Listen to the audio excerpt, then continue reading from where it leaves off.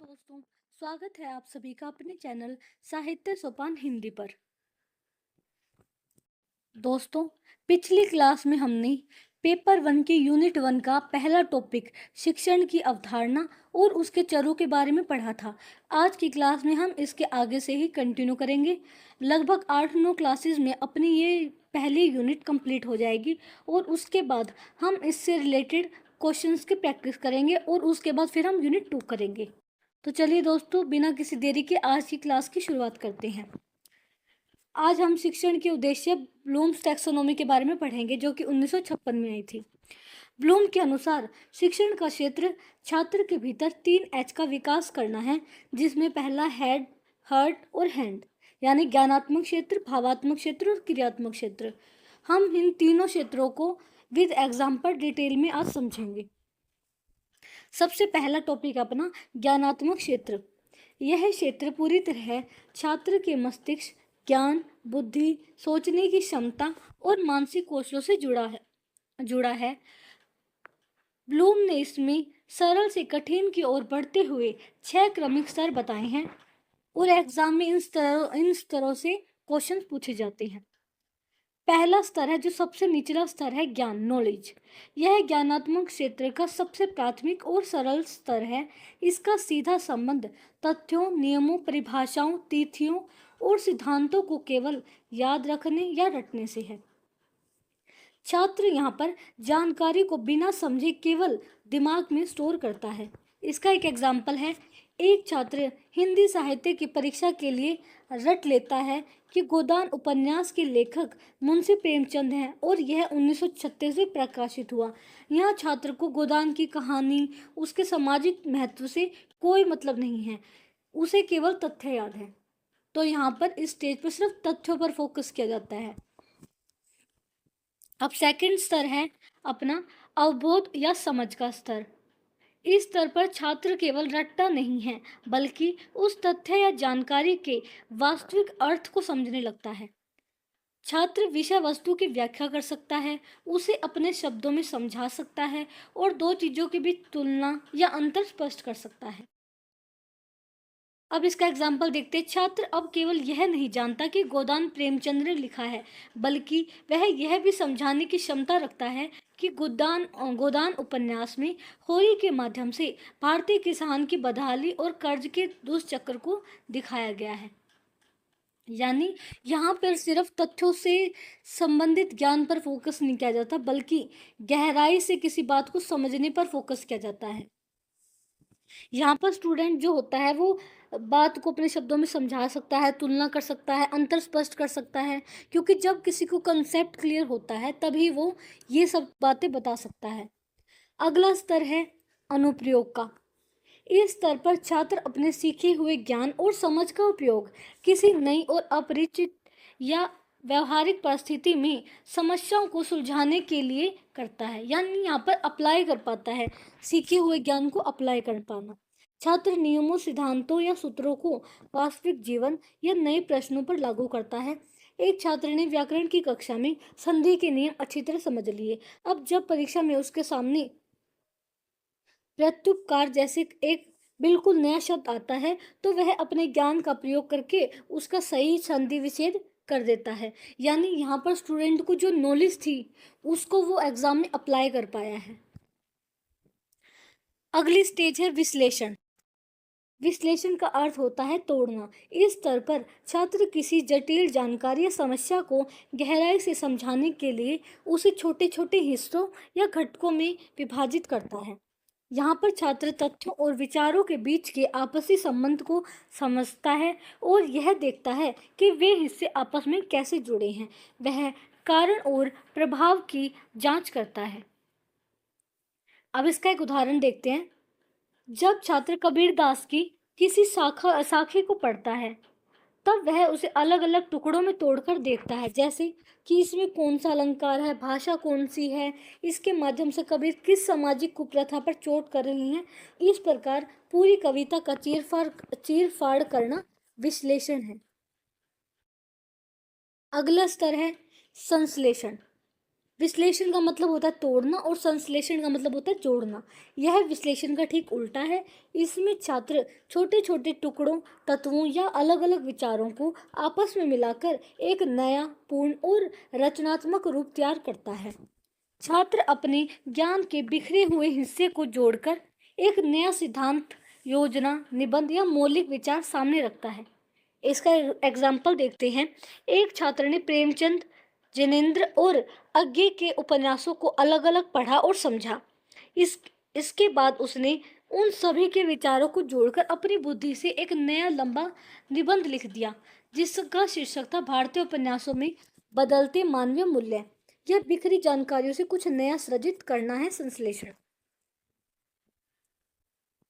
सबसे अंतिम स्तर है, सबसे ऊंचा स्तर है मूल्यांकन। यह ज्ञानात्मक क्षेत्र का सर्वोच्च स्तर है। इसका अर्थ है किसी विचार, कार्य, सिद्धांत, पुस्तक या सामग्री के महत्व, उपयोगिता और शुद्धता के बारे में अपना निर्णय देना। छात्र निश्चित मानदंडों के आधार पर आलोचनात्मक मूल्यांकन करता है कि कोई चीज कितनी सही या कितनी गलत है। वह अपनी राय के पक्ष में तर्क देता है। जैसे इसका एग्जाम्पल देखते हैं। छात्र से पूछा जाता है कि क्या रामचंद्र शुक्ल द्वारा किया गया हिंदी साहित्य का काल विभाजन पूरी तरह प्रामाणिक है? अपने तर्क दीजिए। तो छात्र पूरे इतिहास को कसौटी पर कसता है और अपना अंतिम निर्णय लिखता है कि शुक्ल जी कहाँ सही हैं और कहाँ उनसे चूक हुई है। यह आलोचनात्मक निर्णय मूल्यांकन है। अब हम देखते हैं कि एग्जाम में इस टॉपिक से किस टाइप के क्वेश्चन पूछे जाते हैं। परीक्षा में 6 स्तरों को आगे पीछे करके लिख दिया जाता है। जैसे पहले अनुप्रयोग लिख दिया, विश्लेषण लिख दिया, और फिर आपसे कहा जाएगा कि इन्हें निम्नतम से उच्चतम स्तर या सरल से जटिल के क्रम में व्यवस्थित कीजिए। अब हम इसका दोबारा से सही क्रम देख लेते हैं। पहला आएगा ज्ञान, जहाँ पर सिर्फ फैक्ट बेस्ड नॉलेज होती है। फिर अवबोध, जहाँ पर वो कंसेप्ट की गहराई को समझता है। अनुप्रयोग, कि जो भी उसने सीखा है उसको अप्लाई कर पाता है। विश्लेषण, जानकारी को टुकड़ों में तोड़ सकता है। संश्लेषण, जानकारी को जोड़ के एक नई जानकारी का सृजन कर सकता है। और मूल्यांकन में इवैल्यूएशन करता है। ये 6 स्टेज हैं इसके। अब हम कीवर्ड्स देख लेते हैं। यदि क्वेश्चन में रटना या परिभाषा देना शब्द हो तो उत्तर ज्ञान का स्तर होगा। यदि व्याख्या करना या अपने शब्दों में अनुवाद करना तो उत्तर होगा अवबोध। फिर अगला है समस्या का समाधान करना, तो इसका आंसर होगा अनुप्रयोग यानी तीसरी स्टेज। अगर दिया होगा भागों में अलग करना तो अलग किस में करते हैं? विश्लेषण में। नया ढांचा तैयार करना यानी जानकारी को जोड़कर नया ढांचा तैयार करना, वो हुआ संश्लेषण। और किसी भी चीज़ का निर्णय करना या आलोचना करना, वो आएगा इवेल्युएशन में। तो ये होगी इसकी 6 स्टेजेस। अब आगे है अगला, जो ब्लूम ने 3 स्तर दिए थे, ज्ञानात्मक, भावात्मक और क्रियात्मक। अब हमने ज्ञानात्मक के 6 स्तर पढ़ लिए। अब हम भावात्मक क्षेत्र के बारे में पढ़ेंगे। ब्लूम और उनके साथी डेविड क्रैथवोल तथा मासिया ने 1964 में भावात्मक क्षेत्र का वर्गीकरण प्रस्तुत किया है। यह क्षेत्र पूरी तरह से छात्र के हृदय, भावनाओं, दृष्टिकोण, मूल्यों, रुचियों, संवेगों और प्रशंसा से जुड़ा होता है। इसका मुख्य उद्देश्य छात्र के भीतर सही व्यवहार और नैतिकता का विकास करना है। इसके भी 5 क्रमिक स्तर बताए गए हैं, तो हम इनको एक एक करके समझते हैं। यानी भावात्मक क्षेत्र वो होता है जो हमारे इमोशन से जुड़ा होता है। क्या सही है, क्या गलत है, ये हम अपने इमोशन से जोड़कर किसी बात को समझते हैं, तो वो आएगा भावात्मक क्षेत्र। कि किसी को किस चीज में इंटरेस्ट है, वो कितनी जल्दी गुस्सा करता है, मतलब जो भी भावनाओं से रिलेटेड है वो इस क्षेत्र में आता है। इसका पहला है ध्यान देना, सबसे निचला स्तर। यह भावात्मक क्षेत्र का सबसे पहला और प्राथमिक स्तर है। इसका अर्थ है छात्र का किसी विशिष्ट विचार, मूल्य, घटना या शिक्षक की बात को सुनने या ग्रहण करने के लिए तैयार होना। छात्र कक्षा में बिना किसी भटकाव के शांत बैठकर शिक्षक की बातों के प्रति संवेदनशील बनता है और ध्यान देता है। इसका एक एग्जाम्पल दिया है। कक्षा में शिक्षिका अहिंसा और परोपकार के महत्व पर बात कर रही है। एक छात्र अपनी अन्य गतिविधियों को छोड़कर शिक्षिका की बात को बहुत ध्यान से और शांति से सुन रहा है। यह केवल ध्यान देना आग्रहण है। मतलब ये है कि सबसे पहले तो हम किसी चीज को सीखने के लिए पूरा ध्यान से समझते हैं कि सामने वाला क्या बोल रहा है, तो वही इसकी पहली स्टेज है।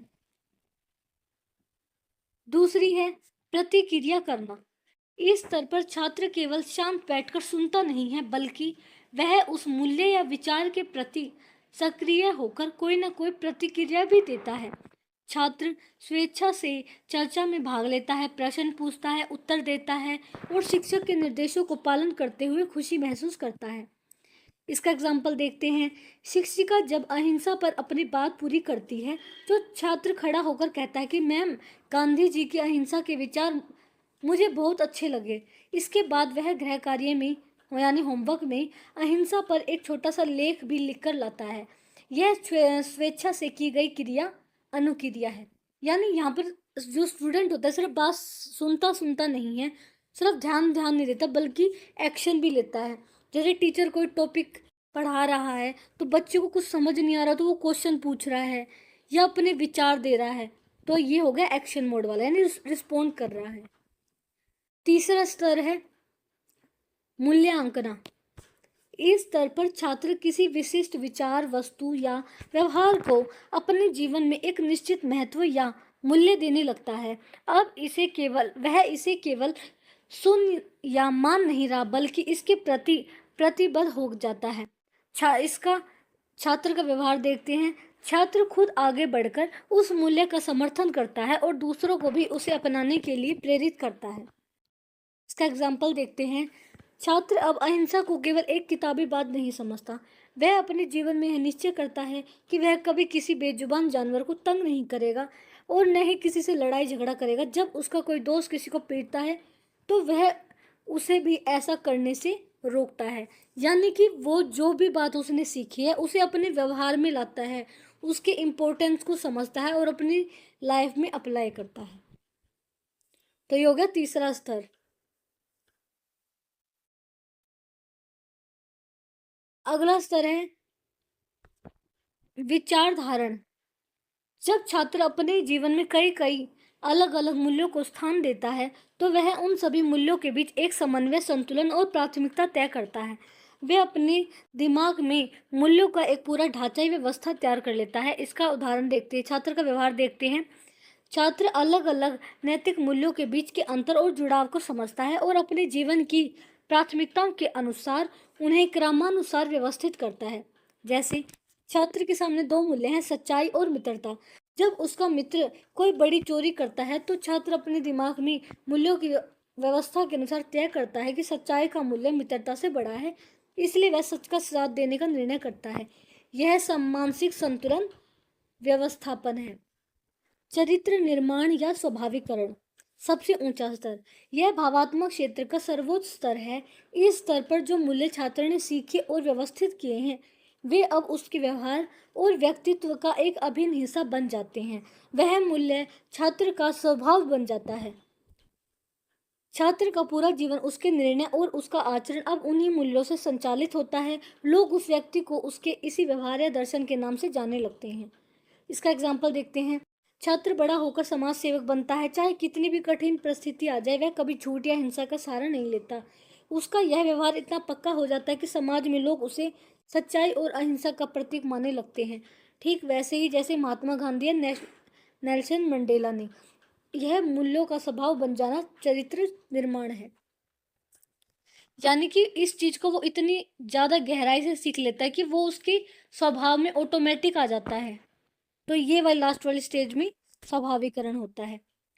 अब हम देखते हैं एग्जाम में इसका भी क्रम पूछा जाता है, तो हम एक क्रम को एक बार दोबारा से देख लेते हैं। सबसे पहले ध्यान देना, रिसीविंग, किसी भी जानकारी को ध्यान देते हुए हम ग्रहण करते हैं। दूसरा प्रतिक्रिया, रिस्पोंड करते हैं। तीसरा वैल्यूइंग करते हैं, उस बात के इम्पोर्टेंस को समझते हैं। चौथा विचार धारण करते हैं, यानी ऑर्गेनाइजेशन करते हैं कि किस चीज़ को हमें प्रायोरिटी देनी है और किसको नहीं। और सबसे पांचवा है स्वाभाविकरण, यानी वो चीज़ हमारे लिए इतनी नॉर्मल हो जाती है कि वो हमारे स्वभाव में ही आ जाती है। तो ये होगी 5 स्तर। अब इसके कीवर्ड्स थोड़ा देख लेते हैं। यदि प्रश्न के विकल्पों में विलिंगनेस टू अटेंड यानी ध्यान देने की इच्छा शब्द हो तो उत्तर आएगा आग्रहण यानी रिसीव करना। यदि एक्टिव पार्टिसिपेशन हो या सेटिस्फेक्शन इन रिस्पोंडिंग हो तो यहाँ पर आंसर होगा अनुक्रिया। यदि किसी विश्वास के प्रति प्रतिबद्धता शब्द आए तो आंसर होगा वैल्यूइंग। यदि क्वेश्चन में बिल्डिंग ए वैल्यू सिस्टम मूल्य प्रणाली का निर्माण शब्द आए तो उत्तर होगा व्यवस्थापन। और लास्ट है कि यदि जीवन का दर्शन व्यवहार का जीवन शैली बनना शब्द आए तो वो आएगा चरित्र निर्माण में। अब अगला है हमारी जो अगला क्षेत्र है वो है क्रियात्मक। ब्लूम के सहयोगी R.H. डेव ने 1970 तथा एलिजाबेथ सिम्पसन ने 1972 में मनोक्रियात्मक क्षेत्र का वर्गीकरण प्रस्तुत किया। यह क्षेत्र पूरी तरह से छात्र के हाथ और शारीरिक कौशलों तंत्रिका तंत्र के समन्वय और शारीरिक गतिविधियों से जुड़ा होता है। इसका मुख्य उद्देश्य किसी शारीरिक कार्य को इतनी कुशलता से सीखना है कि उसमें कोई गलती ही न हो। इसके वर्गीकरण के अनुसार इसके भी 5 लेवल है जो हम अभी समझते हैं एक एक करके। सबसे पहला है अनुकरण करना या नकल करना, यानी किसी चीज को अनुकरण करना कि कैसे क्या होगा। यह क्रियात्मक क्षेत्र का सबसे पहला और प्राथमिक स्तर है। इसका अर्थ है किसी कुशल व्यक्ति या शिक्षक को कोई शारीरिक कार्य करते देखना और फिर उसके शारीरिक हाव भाव या क्रिया की हूबहू नकल करने का प्रयास करना। छात्र यहाँ स्वतंत्र रूप से काम नहीं कर पाता, वह केवल दूसरों की गतियों को देखकर उन्हें अपने शरीर से दोहराने की कोशिश करता है। इसमें गलतियां होने की संभावना भी बहुत ज़्यादा होती है क्योंकि यहाँ पर वो खुद का कुछ दिमाग यूज़ नहीं कर रहा, वहाँ पर सिर्फ यहाँ पर नकल कर रहा है, सामने वाला जो कर रहा है उसको सीख रहा है। इसका एग्जाम्पल है, एक छात्र संगीत की कक्षा में बैठा है, शिक्षक गिटार पर उंगलियां रखकर एक धुन बजाते हैं। छात्र शिक्षक की उंगलियों की स्थिति को ध्यान से देखता है और स्वयं भी अपनी उंगलियों को गिटार के तारों पर उसी तरह रखने की कोशिश करता है। यह शुरुआती नकल अनुकरण कहलाती है। और इस स्टेज पर बच्चे से मिस्टेक भी हो सकती है क्योंकि वो यहाँ पर सिर्फ नकल करने की और सीखने की कोशिश कर रहा है। अगला है हस्त कौशल मैनिपुलेशन। इस स्तर पर छात्र को किसी के सामने बैठकर नकल करने की आवश्यकता नहीं होती, वह किसी लिखित निर्देश यादाश्त या मौखिक आदेश के आधार पर उस शारीरिक कार्य करने का अभ्यास करता है। छात्र अपने हाथ पैरों की गतियों को निर्देशों के अनुसार ढालने की कोशिश करता है। यहाँ वह काम को अपने दम पर करने लगता है, लेकिन अभी भी कार्य में पूरी सफाई या गति नहीं आ पाती। इसका एग्जाम्पल, छात्र घर पर गिटार बजाने की एक गाइड बुक खोलता है, वह किताब में लिखे निर्देशों को पढ़कर खुद से गिटार बजाने का अभ्यास करता है। यहाँ वह किसी को देख नहीं रहा बल्कि निर्देशों से हेर फेर करके सीख रहा है। स्टूडेंट होता है वो सिर्फ प्रैक्टिस करता है निर्देशों के आधार पर या फिर जो भी उसने नकल करके सीखा था उस मेमोरी के आधार पर प्रैक्टिस करता है। अगली है सुस्पष्टता या प्रेसिजन। प्रिसीजन शब्द का अर्थ ही होता है शुद्धता या सटीकता। इस स्तर पर लगातार अभ्यास के कारण छात्र के शारीरिक कार्य में गलतियां बहुत ही कम या न के बराबर हो जाती हैं। छात्र बिना किसी भारी मदद या किसी किताब को देखे उस शारीरिक कार्य को अत्यंत शुद्धता सटीकता और नियंत्रण के साथ पूरा करता है। उसके काम में एक सफाई दिखाई देने लगती है। इसका एग्जाम्पल देखते हैं, छात्र अब बिना किसी किताब या शिक्षक के बिल्कुल सही सुरों में बिना किसी गलती के गिटार बजा लेता है। उसकी उंगलियां तारों पर बिल्कुल सटीक बैठती हैं और गिटार से निकलने वाली ध्वनि बिल्कुल सुस्पष्ट और मधुर हो जाती है। यानी यहाँ पर जो स्टूडेंट होता है पूरी शुद्धता के साथ उस कार्य को बिना किसी की नकल के बिना किसी की मदद के करना सीख जाता है। अगली स्टेज है संधिकरण या तालमेल। इस स्तर पर छात्र किसी एक शारीरिक कार्य में ही निपुण नहीं होता बल्कि वह दो या दो से अधिक अलग अलग शारीरिक क्रियाओं के बीच एक बेहतरीन संतुलन गति और तालमेल स्थापित करता है। जैसे छात्र समय के प्रबंधन के साथ अलग अलग कौशलों को एक साथ मिलकर एक सुचारू क्रम में संचालित करता है, उसके काम में गति और सौंदर्य दोनों आ जाते हैं। इसका एग्जाम्पल देखते हैं। छात्र स्टेज पर खड़ा होकर गिटार बजाता है। अब वह केवल गिटार नहीं बजा रहा, बल्कि गिटार बजाने की गति के साथ साथ अपने पैरों से ताल दे रहा है, माइक पर गाना भी गा रहा है, चेहरे पर मुस्कान भी बनाए हुए है। इन सब सारी क्रियाओं का यह अद्भुत तालमेल संधिकरण कहलाता है। अब अपना लास्ट स्टेज है स्वाभाविकरण या प्रकृतिकरण। ये सबसे ऊंचा स्तर है। यह क्रियात्मक क्षेत्र का सर्वोच्च स्तर है। इस स्तर पर वह शारीरिक कौशल छात्र के शरीर, दिमाग और तंत्रिका तंत्र में इस कदर बस जाता है कि वह कौशल उसका दूसरा स्वभाव बन जाता है। छात्र को वह कार्य करने के लिए मानसिक रूप से सोचने या जोर लगाने की आवश्यकता नहीं पड़ती है। उसका शरीर स्वचालित रूप से उस कार्य को बिना किसी तनाव और सबसे उच्चतम स्तर पर संपन्न कर देता है। छात्र अब देश का एक महान गिटार वादक बन चुका है। वह आंखें बंद करके बिना तारों की तरफ देखे स्टेज पर चलते फिरते दर्शकों से बात करते हुए भी बैकग्राउंड में बहुत ही जटिल और जादुई धुनें बजा लेता है। गिटार बजाना अब उसके शरीर की एक स्वाभाविक क्रिया बन चुका है, जैसे सांस लेना। तो यही स्वाभाविकरण है। यानी लास्ट वाले स्टेज पे वो इतना ज़्यादा उस काम को अच्छे से सीख जाता है कि वो चीज़ उसके स्वभाव में आ जाती है और उस कार्य को करते हुए भी अन्य किसी कार्य को भी आसानी से कर लेता है। उसे ज़्यादा सोचने की ज़रूरत अब नहीं पड़ती। अब हम दोबारा से एक बार देख लेते हैं। सबसे पहले नकल करना, फिर है मैनिपुलेशन, फिर है प्रिसीजन, फिर है संधिकरण और फिर लास्ट में है नेचुरलाइजेशन। तो ये हो गई हमारी 5 स्टेजेस। अब इसके कीवर्ड्स थोड़े देख लेते हैं। यदि क्वेश्चन में ऑब्जर्विंग एंड रिपीटिंग आए, यानी देखना और दोहराना शब्द हो, तो वो होता है अनुकरण। यदि फॉलोइंग डायरेक्शंस और प्रैक्टिसिंग फ्रॉम मेमोरी, तो यहाँ पर होएगा हस्त कौशल, क्योंकि दूसरे स्टेज में हमने देखा था ना कि वहाँ पर स्टूडेंट प्रैक्टिस करता है। और तीसरा है एक्यूरेसी एंड कंट्रोल।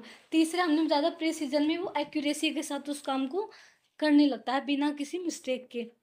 फिर हमने अगला है harmony coordination between multiple skills, यानी तालमेल करना, संधिकरण करना, वो है 4th स्टेज में। अपना लास्ट है ऑटोमेटिक परफॉर्मेंस अनकॉन्शियस मास्टरी, यानी कि बिना सोचे समझे वो उस काम को कर सकता है, तो वो है स्वाभाविकरण। अब है एंडरसन और क्रेथवोल का संशोधित ब्लूम मॉडल, जो कि 2001 में आया था। एग्जाम में इस दूसरे संशोधित मॉडल से भी क्वेश्चन आ जाते हैं, तो हम ये भी थोड़ा समझ लेते हैं। सन 2001 में ब्लूम के एक पुराने छात्र एंडरसन और उनके साथी क्रेथवोल ने मिलकर 1956 के ब्लूम के ज्ञानात्मक मॉडल में कुछ बदलाव किए। इसे ही संशोधित ब्लूम टैक्सोनॉमी कहा जाता है। इस संशोधन के जो पीछे मुख्य कारण यह था कि समय के साथ शिक्षा के तौर तरीके बदले थे और पुराने मॉडल में कुछ कमियां थी। अब हम देखते हैं कि क्या क्या इसमें सुधार किए गए, क्या क्या बदलाव किए गए। पुराने मॉडल देखते, पहला है संज्ञा से क्रिया में बदलाव।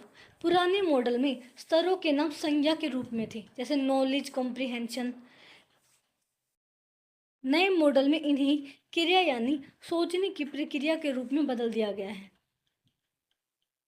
क्योंकि टीचर्स का मानना है, शिक्षाविदों का मानना है कि सीखना कोई स्थिर चीज नहीं है, बल्कि यह सक्रिय मानसिक प्रक्रिया है। यानी पहली स्टेज में इन्होंने ये चेंज किया, संज्ञा को क्रिया में चेंज कर दिया। शीर्ष 2 स्तरों का आपस में स्थान बदलना। पुराने मॉडल में जो हमने देखा था कि इवैल्यूएशन सबसे लास्ट में था, लेकिन नए मॉडल में क्रिएटिंग को सबसे लास्ट यानी छठे स्तर पर पहुंचा दिया गया और इवैल्यूएशन को उसको हमने 5वें स्तर पर ले आए। इसका तर्क यह था कि किसी चीज़ का मूल्यांकन करने से भी ज़्यादा कठिन किसी नई चीज़ को क्रिएट करना है। यानी हमने 2 चेंज देखे, एक तो संज्ञा से क्रिया का, दूसरा हमने देखा कि लास्ट 2 स्टेज है उनको इंटरचेंज कर दिया। और इसमें फिर हम द्वार से इसके स्टेज को देखते हैं कि नए संशोधन में स्टेज का क्या क्या नाम था। तो सबसे पहला है याद रखना। सबसे निचला स्तर, यह पुराने मॉडल के ज्ञान का नया रूप है। इसका अर्थ है कि दिमाग में पहले से स्टोर की गई जानकारी, तथ्यों, परिभाषाओं या सूचियों को जरूरत पड़ने पर पहचानना या हूबहू याद करके वापस लाना। छात्र यहाँ विषय को समझता नहीं है, केवल जानकारी को दिमाग से बाहर निकालता है। इसका एग्जाम्पल देखते हैं। एक छात्र याद रखता है कि भारतीय संविधान के अनुच्छेद 19 में अभिव्यक्ति की स्वतंत्रता का अधिकार दिया गया है। परीक्षा में जब यह पूछा जाता है कि, तो वह बिना सोचे इसका उत्तर दे देता है। तो यह केवल याद रखना। पहला स्तर था याद रखना और दूसरा है समझना। यह पुराने मॉडल के अवबोध का नया रूप है। इसका अर्थ है कि सीखी गई जानकारी या संदेश के वास्तविक अर्थ को समझना और उसके पीछे के अंतर्निहित भाव को ग्रहण करना। छात्र दी गई जानकारी की व्याख्या कर सकता है, उसका उदाहरण दे सकता है, उसे वर्गीकृत कर सकता है, उसका सारांश लिख सकता है या अपने शब्दों में उसका अनुवाद भी कर सकता है। अब इसका एग्जाम्पल देखते हैं। छात्र अब केवल अनुच्छेद 19 को रटता नहीं, बल्कि वह यह समझाने की क्षमता भी रखता है कि अभिव्यक्ति की स्वतंत्रता का अर्थ यह है कि कोई भी नागरिक बिना किसी डर के सरकार की नीतियों की शांतिपूर्ण आलोचना कर सकता है। अब थर्ड है लागू करना। पहला हमने देखा याद करना, याद रखना, दूसरा हमने देखा समझना और तीसरा है लागू करना। यह पुराने मॉडल के अनुप्रयोग का नया रूप है। इसका अर्थ है समझी गई जानकारी, नियमों, सिद्धांतों, प्रक्रियाओं या सूत्रों को किसी बिल्कुल नई या व्यवहारिक परिस्थिति में उपयोग करना।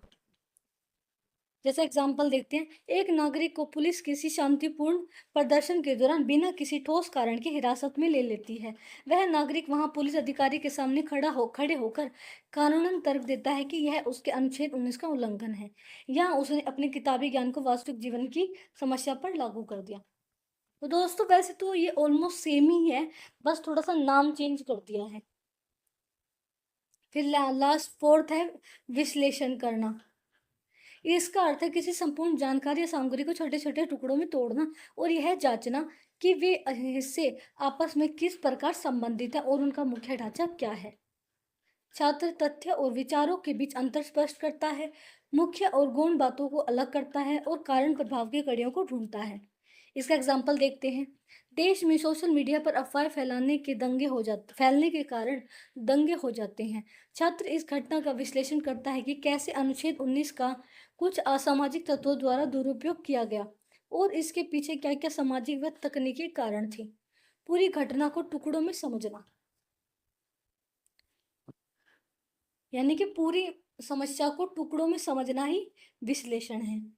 अब है मूल्यांकन, जो कि पहला अपना लास्ट स्टेज था, लेकिन इसमें है 5वें नंबर पर। यह नए मॉडल का एक नया बड़ा बदलाव है, जहां पुराने मॉडल का सर्वोच्च स्तर अब 5वें स्तर पर आ गया है। इसका अर्थ है किसी निश्चित मानदंड या मानकों के आधार पर किसी विचार, कार्य, निर्णय या सामग्री की शुद्धता, प्रभावशीलता और उपयोगिता की जांच करना या आलोचनात्मक निर्णय देना। छात्र तर्कों की संगति की जांच करता है, कमियों को उजागर करता है और अपना एक ठोस मत सामने रखता है। इसका एग्जाम्पल है, सरकार राष्ट्रीय सुरक्षा का हवाला देकर इंटरनेट पर पूरी तरह प्रतिबंध लगा देती है। छात्र इस सरकारी फैसले का मूल्यांकन करता है कि क्या यह फैसला सही था या यह नागरिकों के मौलिक अधिकारों का हनन है। वह दोनों पक्षों के तर्कों को तौलता है और अपना निर्णय देता है। और लास्ट है इसमें सृजन करना। यह संशोधित टैक्सोनॉमी का सर्वोच्च और सबसे जटिल स्तर है, जो पुराने मॉडल के संश्लेषण के स्थान पर आया है। इसका अर्थ है पुराने सीखे हुए विभिन्न तत्वों, विचारों या बिखरी जानकारियों को मिलाकर एक बिल्कुल नया, सुसंगत, मौलिक और रचनात्मक ढांचा या उत्पाद तैयार करना। छात्र पुरानी समस्याओं के लिए बिल्कुल नया समाधान ढूंढता है, एक नई परिकल्पना बनाता है या एक नया मौलिक विचार समाज के सामने रखता है। यानी यहाँ पर खुद के मौलिक विचार दे रहा है, कुछ नया क्रिएट कर रहा है। जो ना नॉलेज उसको पहले से है, उससे कुछ नई इंफॉर्मेशन को वो क्रिएट कर रहा है। सोशल मीडिया पर फैलने वाली अफवाहों और अभिव्यक्ति की आज़ादी के बीच के टकराव को रोकने के लिए छात्र अपनी बुद्धि से एक बिल्कुल नया कानूनी और तकनीकी मसौदा तैयार करता है, जिससे आज़ादी भी बची रहे और सुरक्षा भी खतरे में न पड़े। इस प्रकार कुछ नया और मौलिक बनाना सृजन करना है।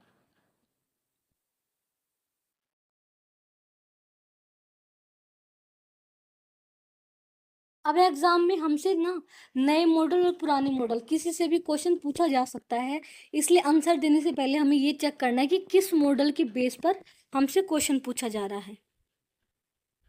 अपना ये वाला टॉपिक होता है कंप्लीट। अब नेक्स्ट टॉपिक है शिक्षण के स्तर और प्रक्रिया model, level of teaching and models of teaching process. 4 level of teaching यानी शिक्षा के 4 मुख्य स्तर हैं। पहला स्तर है स्वायत्त विकास स्तर, सबसे प्राथमिक स्तर है। इसका जो प्रतिपादक है वो है मॉरिस एल बेगी। यह शिक्षण का सबसे पहला और पूरी तरह से छात्र केंद्रित स्तर है। इसमें शिक्षक का कोई बाहरी दबाव या प्रभाव नहीं होता। यह स्तर छात्र के भीतर प्राकृतिक रूप से स्वतः विकसित होता है। मुख्य विशेषता है यह छात्र की भावनाओं, आंतरिक इच्छाओं, आत्म अभिव्यक्ति और स्वतंत्रता पर आधारित होता है। इसमें कोई औपचारिक पाठ्यक्रम या कठोर नियम नहीं होते। छात्र प्रकृति और अपने आसपास के वातावरण से स्वतंत्र होकर खुद सीखता है। यानी ये स्टूडेंट सेंट्रिक है। यहाँ पर जो स्टूडेंट होता है वो एनवायरनमेंट के साथ इंटरेक्शन करके खुद से सीखता है, उसके ऊपर किसी तरह का कोई भी प्रेशर नहीं होता। इसका एग्जाम्पल देखते हैं। एक छोटा बच्चा जब अपने घुटनों के बल चलना सीखता है या जब वह अपनी इच्छा से खिलौनों को जोड़कर कोई नया खेल खेलने की कोशिश करता है, यहाँ उसे कोई सिखा नहीं रहा, वह अपने आंतरिक कौशलों से खुद से सीख रहा है। दूसरा स्तर है मेमोरी लेवल, स्मृति स्तर। इसके जो प्रतिपादक हैं जोहान फ्रेडरिक हर्बर्ट हैं। यह शिक्षण का सबसे शुरुआती औपचारिक स्तर है। यह पूरी तरह से टीचर सेंटर्ड है। इसका एकमात्र उद्देश्य छात्र के दिमाग में तथ्यों, सूचनाओं और सूत्रों को जबरन ठूसना या रटाना होता है। इसकी विशेषता, इसमें छात्र की अपनी बुद्धि, तर्क या समझ का कोई स्थान नहीं होता। शिक्षक कक्षा में सर्वोपरि होता है और छात्र केवल मूक दर्शक होता है। यहाँ केवल ज्ञान पक्ष पर जोर दिया जाता है। यानी यहाँ पर जानकारी को स्टूडेंट के ऊपर टीचर द्वारा थोपा जाता है। बिल्कुल। हर्बर्ट ने इसके 5 निश्चित चरण दिए हैं, जिनका क्रम जो एग्जाम में पूछा जाता है। पहला है प्रस्तावना तैयारी, फिर है प्रस्तुतिकरण, फिर है तुलना, फिर सामान्यकरण, फिर है अनुप्रयोग। हम थोड़े मतलब आगे भी इसके जो 5 वो है ना चरण, इनको गहराई से समझेंगे इस टॉपिक के जस्ट बाद। अब हम एग्जाम्पल देखते हैं मेमोरी का। छोटी कक्षाओं में बच्चों को रटाया जाना कि भारत 15 अगस्त 1947 को आज़ाद हुआ था, यह ए के बाद बी आता है। छात्र को इसके पीछे के ऐतिहासिक कारणों से कोई मतलब नहीं है, उसे केवल परीक्षा पास करने के लिए तथ्य याद हैं। तीसरा स्तर है अवबोध या समझ का स्तर। इसका जो प्रतिपादक किसने किया? मॉरिसन ने। यह स्तर स्मृति स्तर से एकदम ऊपर है, एक कदम ऊपर है। इसका उद्देश्य छात्र को केवल रटाना नहीं, बल्कि उस तथ्य के पीछे के अर्थ, नियमों, सिद्धांतों और अवधारणा को गहराई से समझाना है। इसकी विशेषता है इसमें छात्र और शिक्षक दोनों एक्टिव होते हैं। यहाँ छात्र सिद्धांतों को समझकर उनके व्यवहारिक उदाहरण देने, दो चीजों के बीच अंतर स्पष्ट करने, नियमों को लागू करने के योग्य हो जाता है। यहाँ तथ्य और उदाहरण के बीच संबंध देखा जाता है। अब इसमें मॉरिसन ने भी 5 स्तर दिए हैं। पहला है खोज, फिर है प्रस्तुतिकरण, फिर है आत्म सातीकरण, फिर है संगठन और लास्ट में अभिव्यक्ति। हम इसको भी गहराई से अब आगे समझेंगे। अब इसका एग्जाम्पल देखते हैं। छात्र अब केवल यह नहीं जानता कि भारत 1947 में आज़ाद हुआ, बल्कि वह यह भी समझता है कि अंग्रेजों की फूट डालो और राज करो की नीति क्या थी और स्वतंत्रता आंदोलन के प्रमुख कारण क्या थे। लास्ट स्तर है चिंतनशील स्तर।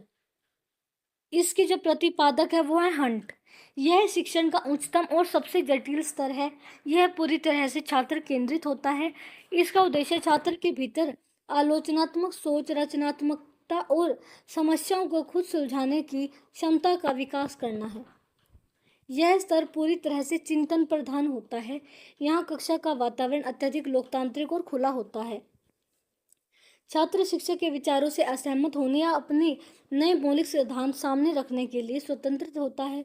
इसके लिए छात्र का स्मृति और अबोध स्तर का होना पहले से अनिवार्य है। इसका एग्जाम्पल देखते हैं। पीएचडी या शोध के अनुसार जब एक छात्र से पूछा जाता है कि वर्तमान भारत में बेरोजगारी की समस्या को दूर करने के लिए आप कौन सी नई आर्थिक नीति का सुझाव देंगे, छात्र अपनी बुद्धि से गहन शोध करता है, कमियों को ढूंढता और एक नया मौलिक समाधान प्रस्तुत करता है। यह चिंतन स्तर का उदाहरण है।